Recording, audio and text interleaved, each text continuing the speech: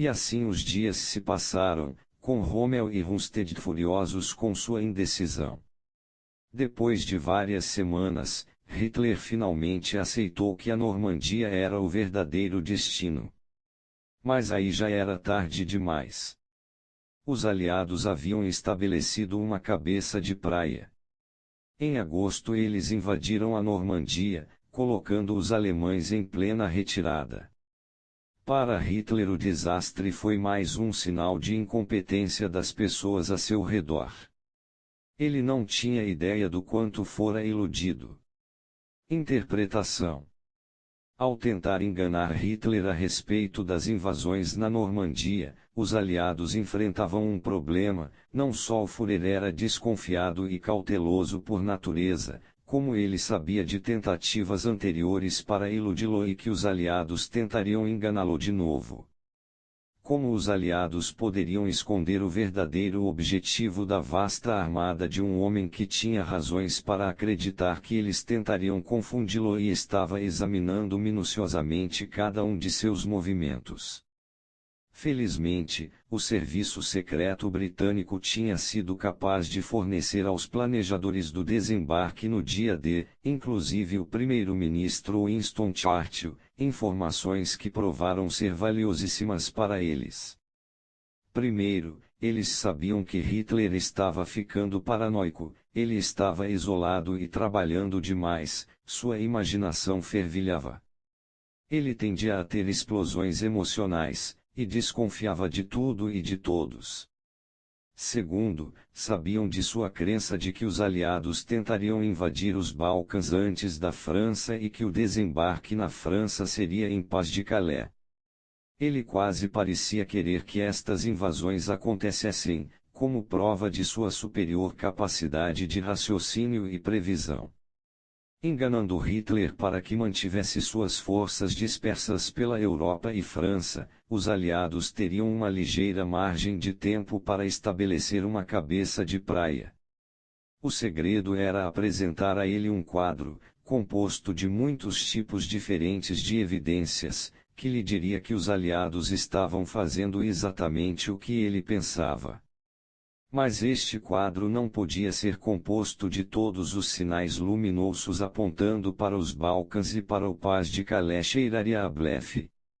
Em vez disso, eles tinham de criar algo que tivesse o peso e a sensação de realidade. Teria de ser sutil, um misto de verdades banais alinhavadas com pequenas falsidades. Se Hitler visse que em seus contornos ele sustentava suas expectativas, sua mente hiperativa preencheria o resto. Foi assim que os aliados teceram o quadro. No final de 1943, os britânicos haviam secretamente identificado todos os agentes alemães ativos na Inglaterra. O próximo passo foi transformá-los em agentes duplos involuntários, alimentando-os com informações falsas sobre os planos dos aliados para um ataque nos Balcãs e na Noruega, digamos, e a formação de um exército fictício comandado por Patton, o general americano que Hitler tanto temia, do outro lado do Paz de Calais.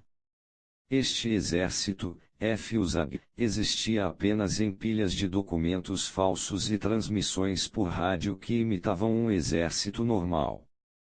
Os agentes alemães tiveram permissão para roubar documentos do FUSAG e interceptar transmissões mensagens cuidadosamente enganosas, mas ao mesmo tempo banais e burocráticas, simples demais para serem vistas como falsas. Trabalhando com técnicos de cinema, os aliados construíram complicados cenários de borracha, plástico e madeira que, vistos pelos aviões de reconhecimento alemães, pareceriam um enorme acampamento com tendas, aviões e tanques. O general alemão que viu o FUSAG com seus próprios olhos foi induzido ao erro quanto à rota que estava tomando em direção a Londres. Ele havia na verdade passado pelo exército real, a oeste do suposto local do FUSAG, formando-se para a invasão da Normandia. Conforme se aproximava a data da invasão, os aliados deixavam pistas combinando fato e ficção ainda mais intrincadamente. O verdadeiro local e a hora da invasão foram plantados com um agente de quem os alemães desconfiavam totalmente, dando a Hitler a impressão de ter descoberto um blefe quando de fato estava vendo o que era verdade. Agora, se informações reais sobre o momento da invasão vazassem de alguma forma, Hitler não saberia em quem acreditar. Os aliados sabiam que os relatórios sobre a compra de todos os mapas do Pas de Calais na Suíça chegariam a Hitler, e isto teria sua própria lógica realista. Quanto às visões de Montgomery em Gibraltar, os alemães nem sabiam que estavam vendo um sósia, um homem treinado para agir como o general. No final, o quadro que os aliados pintaram era tão real para Hitler que em meados de julho ele acreditava nisso, muito depois de já ter realmente acontecido o dia D. Por meio desses sutis blefes, eles o haviam forçado a manter suas forças dispersas, talvez o fator decisivo para o sucesso da invasão. Em um mundo competitivo, o engodo é uma arma vital que lhe dará uma vantagem constante. Você pode usá-lo para distrair seus adversários, enviá-los em caçadas inúteis, perder tempo e recursos valiosos defendendo-se de ataques que nunca acontecem. O mais provável, entretanto, é que seu conceito de engodo esteja errado.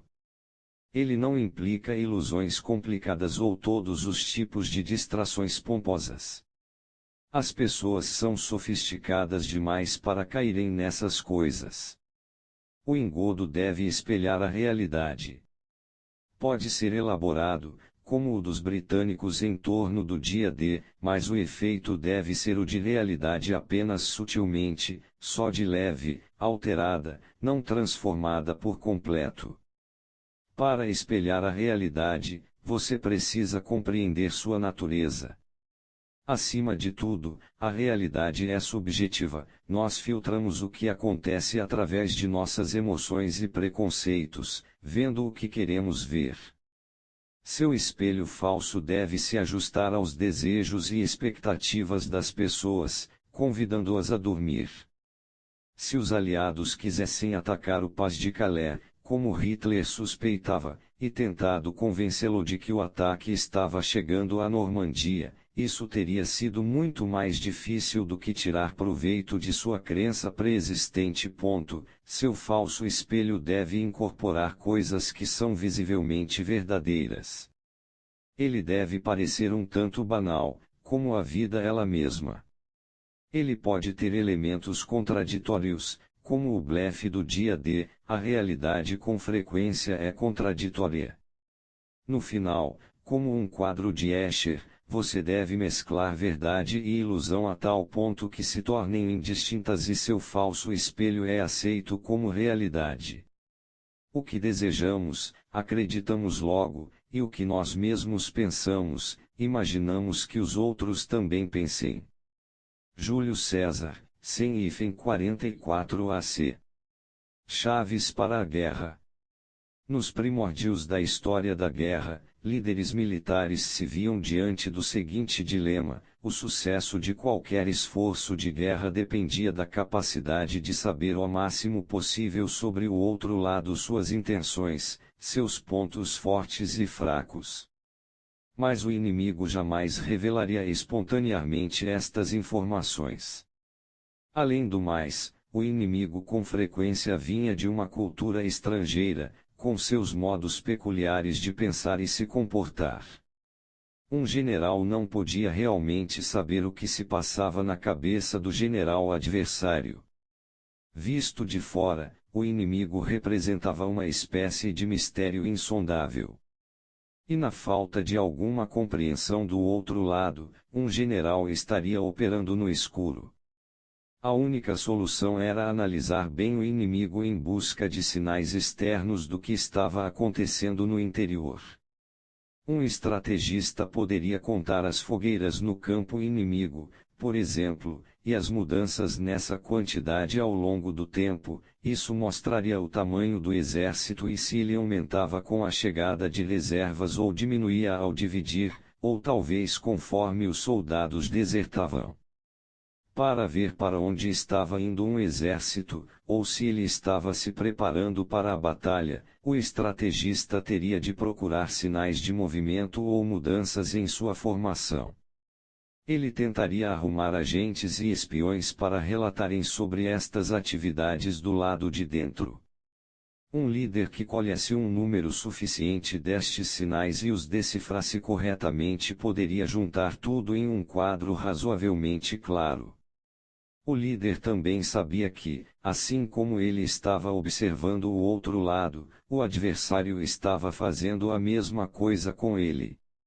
Ao considerarem estes jogos de vai e vem interpretando as aparências, certos estrategistas esclarecidos nas culturas ao redor do mundo tinham uma epifania semelhante: por que não distorcer intencionalmente os sinais pelos quais o inimigo estava esperando? Por que não confundir brincando com as aparências? Se o inimigo está contando as nossas fogueiras, assim como nós estamos contando as deles, por que não acender mais fogueiras, ou menos, para criar uma falsa impressão de nossa força? Se eles estão acompanhando cada movimento de nosso exército, por que não movimentá-lo em padrões enganosos ou enviar parte dele em uma direção como isca? Se o inimigo infiltrou espiões e agentes em nossas fileiras, por que não alimentá-los com informações falsas? Um inimigo que pensa saber nosso tamanho e nossas intenções, e não percebe que está sendo levado na direção errada, agirá com base em seu falso conhecimento e cometerá todos os tipos de erro. Ele vai movimentar seus homens para combater um inimigo que não está ali. Ele combaterá com as sombras. Pensando assim, estes antigos estrategistas criaram a arte do engodo organizado, uma arte que acabaria se infiltrando não só na guerra, mas também na política e na sociedade em geral. Em essência, a farsa militar é a sutil manipulação e distorção de sinais de nossa identidade e propósito a fim de controlar a visão de realidade do inimigo e fazê-lo agir com base em suas percepções erradas. É a arte de administrar as aparências, e ela pode criar uma vantagem decisiva para o lado que melhor a usar. Na guerra, onde os riscos são tão altos, não existe nenhuma vergonha moral em usar a mentira. Ela é simplesmente mais uma arma para criar uma vantagem, como os animais usam a camuflagem e outros truques para ajudá-los a sobreviver. Recusar esta arma é uma forma de desarmamento unilateral, dando ao outro lado uma visão mais clara do campo, uma vantagem que pode se traduzir em vitória. E não há nenhuma virtude ou bondade em perder uma guerra. Enfrentamos uma dinâmica semelhante em nossas batalhas diárias na vida. Somos criaturas sociais, e nossa felicidade, até nossa sobrevivência, depende de sabermos compreender o que as outras pessoas estão pretendendo ou pensando. Mas como não podemos entrar em suas cabeças, somos obrigados a ler os sinais em seus comportamentos externos. Ponderamos a respeito de suas ações no passado como indícios do que poderiam fazer no futuro. Examinamos suas palavras, seus olhares, o tom de suas vozes, certas ações que parecem carregadas de significado. Tudo que uma pessoa faz na esfera social é uma espécie de sinal. Ao mesmo tempo, estamos conscientes de que milhares de pares de olhos estão, por sua vez, nos observando, nos interpretando, e tentando sentir quais são nossas intenções. É uma batalha sem fim sobre aparência e percepção. Se as outras pessoas podem entender o que estamos pretendendo, prever o que vamos fazer, enquanto nós não temos nenhuma pista a seu respeito, elas têm uma constante vantagem sobre nós que não podem deixar de explorar.